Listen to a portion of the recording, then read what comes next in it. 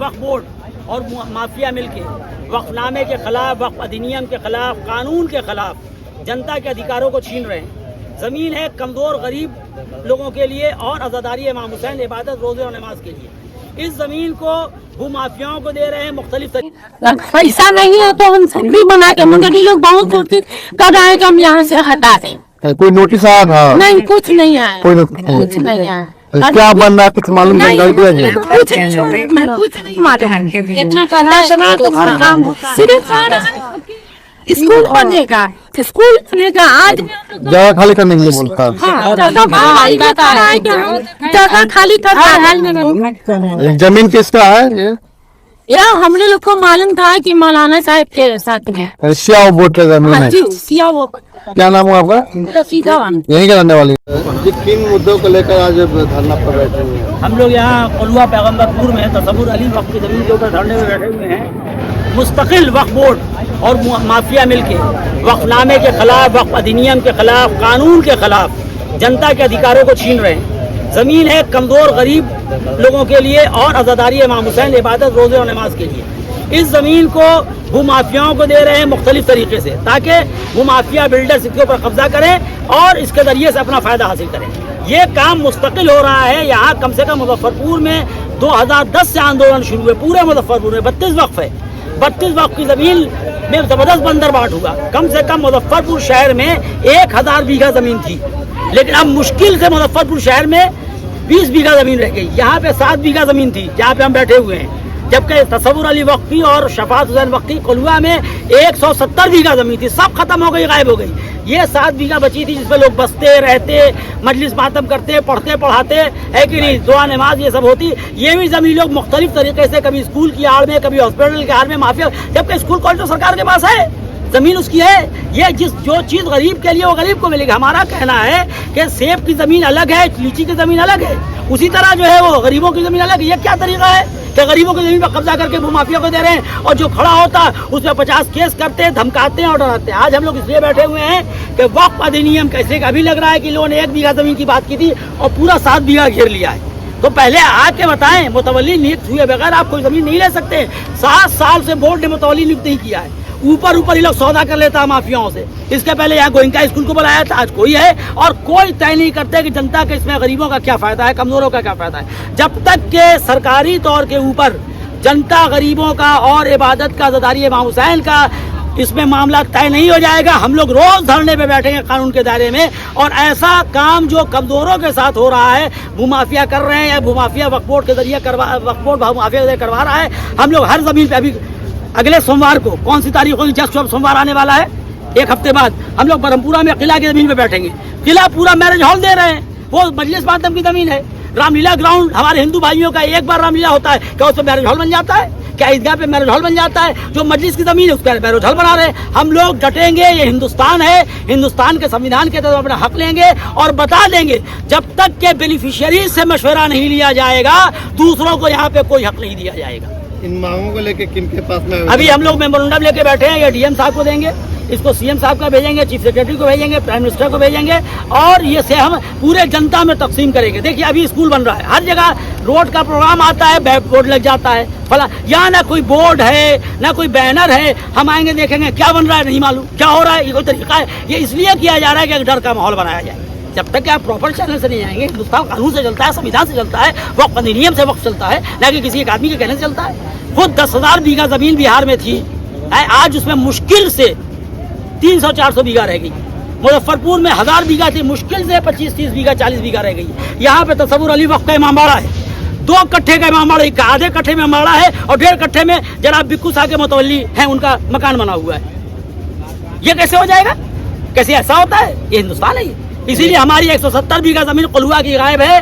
पहले ये जमीन पता करके दे, फिर जो बनाना है वो बनाए, लेकिन वो भी वक्फ अधिनियम के तहत तो जनता से मशवरा करके बनाए। भू माफिया की इसमें सम्मिलितता 100% मुमकिन नहीं है कि इतना जमीन बिक जाए। ये चाइना के नहीं बेच रहा है, ये अमेरिका के नहीं बेच रहा है, ये यहीं के लोग बेच रहे हैं। लेकिन ऑफिसर्स को, अच्छे लोग भी ऑफिसर भी बुरे भी हैं, कागज ला के दे। कागज फटा हुआ है अंचल में, रिकॉर्ड रूम में कागज फटा हुआ है। यहाँ गौशाला का कागज, उस दिन मैडम आई हुई थी, सीओ थी यहाँ के घाटी की, कहा कि हम लोग अंचल में आपके गौशाला का कागज फटा हुआ है, आपको इस वक्त पर कागज फटा हुआ है, क्या जवाब दीजिएगा? चुप हो गई, हंसने लगी वो। तो कम से कम जनता का ख्याल रखे, इस तरह नहीं होता है। हम लोग को कानून में आस्था पैदा है, कानून के अंदर है, लेकिन कानून को नाफिज करने वाले हम लोग का बहुत अब शक और डर पैदा होता चला जाए। हम लोग आखिर तक खड़े, ये हिंदुस्तान है, ठीक है। लोकल लोग तबल्ली से बात करती है, वक्फ से बात करती है, वक्फ ये अच्छा मैडम ये चीज़ क्या है मैडम, जैसे अभी तक यहाँ पे कोई बैनर नहीं लगा हुआ है, स्कूल बन रहा है, मॉल बन रहा है, या कोई आगे कब्जा कर रहा है, कोई रिटर्न तो होना चाहिए, बैनर लगा हो एक नहीं। पहले हम इसके पहले तो अभी जो ऐसा नहीं मिलेगा, जैसे हम 10 साल से इस पूरे मुजफ्फरपुर में 32 वक्त है, उसके आंदोलन को हम लोग देख रहे हैं। और इसमें यह है मैडम कि एक तो इस वक्त में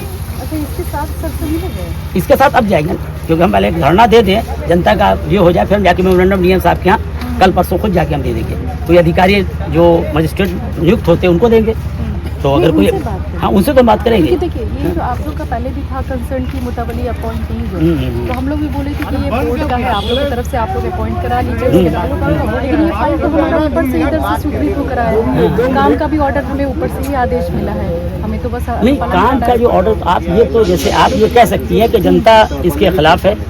देखिए 144 तो तरीका है हिंदुस्तान में, 144 लग जाए कि हम 2 महीना वहाँ SDO साहब के यहाँ अपनी बात रखें, उसके बाद उसके जरिए से सीढ़ी के जरिए ऊपर जाते रहे, एक सीढ़ी हो। क्योंकि देखिए हमारे मीन्स मैडम बहुत कम है, लेकिन फिर भी हम लोग अभी तक जब से ये चला है कम से कम 2 से 3 करोड़ रुपया मुकदमे में खर्च कर चुके हैं। बड़े बड़े भूमाफिया मॉल,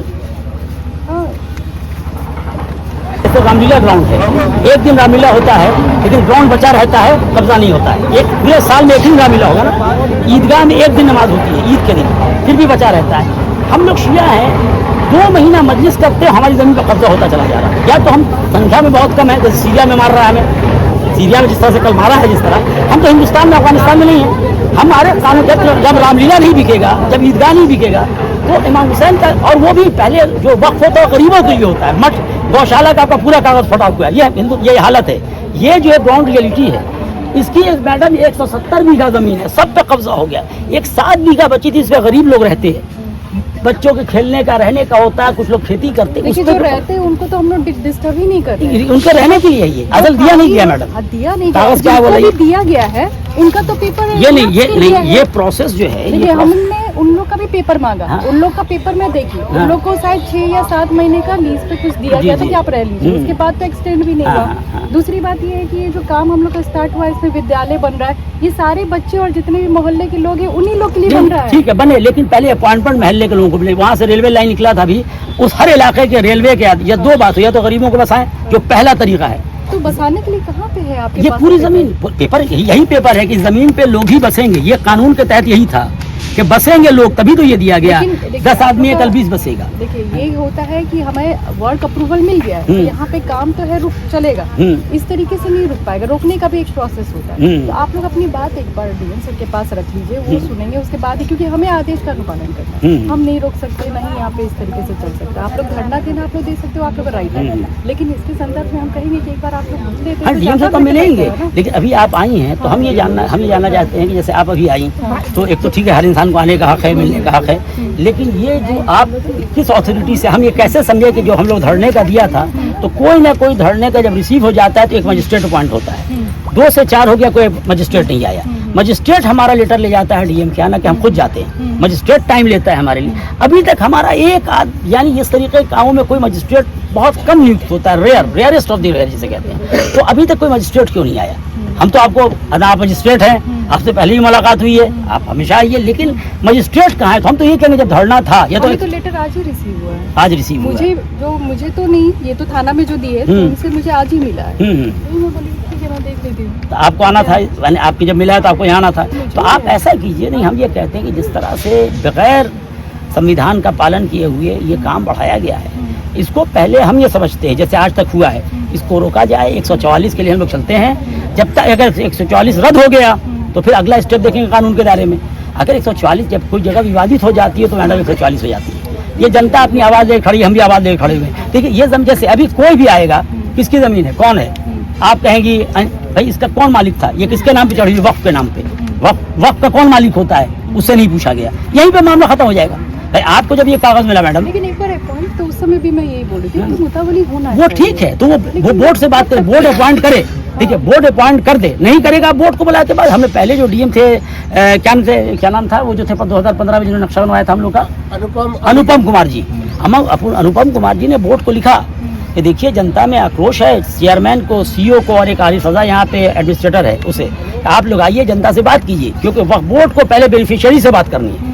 जब बगैर बेनिफिशियरी, ये सब बेनिफिशियरीज, हम भी बेनिफिशियरीज, हमसे आज तक कोई बात नहीं, आज तक कोई लेटर किसी एक आदमी को आया कि यहाँ के ऊपर बन रहा है, आप लोग का क्या राय है? ये अचानक ऐसा क्यों हो जाता है कि बगैर 10 भूमाफिया कॉन्ट्रैक्टर फला, हम आपकी बात नहीं करें madam, with all due respect, सबको मालूम होगा यहाँ क्या बन रहा है, किसको कितना मिला, हम सब हिंदुस्तान में रहते हैं, सबको मालूम, मंगल ग्रह से नहीं आए, तो आज तक बेनिफिशियरीज से नहीं पूछा गया। ये आज जैसे किला पे ब्रह्मपुरा में हम सोमवार को धरना दे, ये लिस्ट जो नहीं है, नहीं बेनिफिशियरीज के जो मुतवल्ली हैं और जो शिया समुदाय, नहीं तो वक्फ बोर्ड आके तय करे, वक्फ बोर्ड का चेयरमैन हम लोग करवा रहे हैं अभी वक्फ बोर्ड, हम वक्फ बोर्ड के खिलाफ, आपके वक्फ बोर्ड के खिलाफ धरना दे रहे हैं, यहाँ पे लिखा भी वक्फ बोर्ड, आप अभी मैटर लिख दिया कि वक्फ बोर्ड अभी तक नहीं आया, क्योंकि अगर लॉजिकल देखा जाए तो हम लोग का ये डिपार्टमेंट नहीं है कि हम लोग इस चीज के ऊपर ये क्लेम करें, ये आप लोग कहे कि मुतावली अपॉइंट हो उसके बाद ना, हम लोग तो इस पर हाँ, तो इसको जब तक मुतावली आप आएंगे तो जमीन किससे ली आपने? ना सरकार, ना नीतीश कुमार जी ले सकते हैं, ना आमिर सुबहानी ले सकते हैं, ना इसे कोई, तो बोलिए इस संदर्भ में, तो इसलिए हम लोग कहते हैं ये जमीन काम रोकने का भी एक प्रोसेस होता है,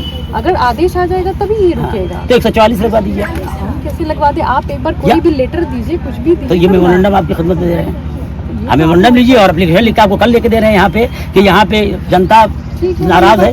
हाँ, बात 144 मैडम, क्योंकि देखिए कौन मुतवल्ली है, कोई मुतवल्ली नहीं, एक मिनट आप में कोई मुतवल्ली है, कोई यहाँ मुतवल्ली है, जनता इसकी बेनिफिशियरीज है, कम से कम इस इलाके की जनता तो ही है, उन्हीं के फायदे के लिए ही बन रहा है। नहीं, फायदे के लिए बन रहा है मैडम, वो मालूम क्या बनता है मैडम, है मालूम, पहले उनका फायदा रहने का है, स्कूल तो इतना खुला हुआ है कि अब स्कूल का ड्रेस है। देखिए हुआ था कि उन लोग को हटाने का अतिक्रमण है, हमारे लैंग्वेज में इसको इंक्रोचमेंट कहते हैं, लेकिन हमने उनको भी ये भी मैडम हमारे लैंग्वेज, कानून का लैंग्वेज, आपकी लैंग्वेज हमारी लैंग्वेज एक है, कानून की लैंग्वेज, ये भी इंक्रोचमेंट हो रहा है बगैर जनता बेनिफिशियरी, ये भी इंक्रोचमेंट है मैडम।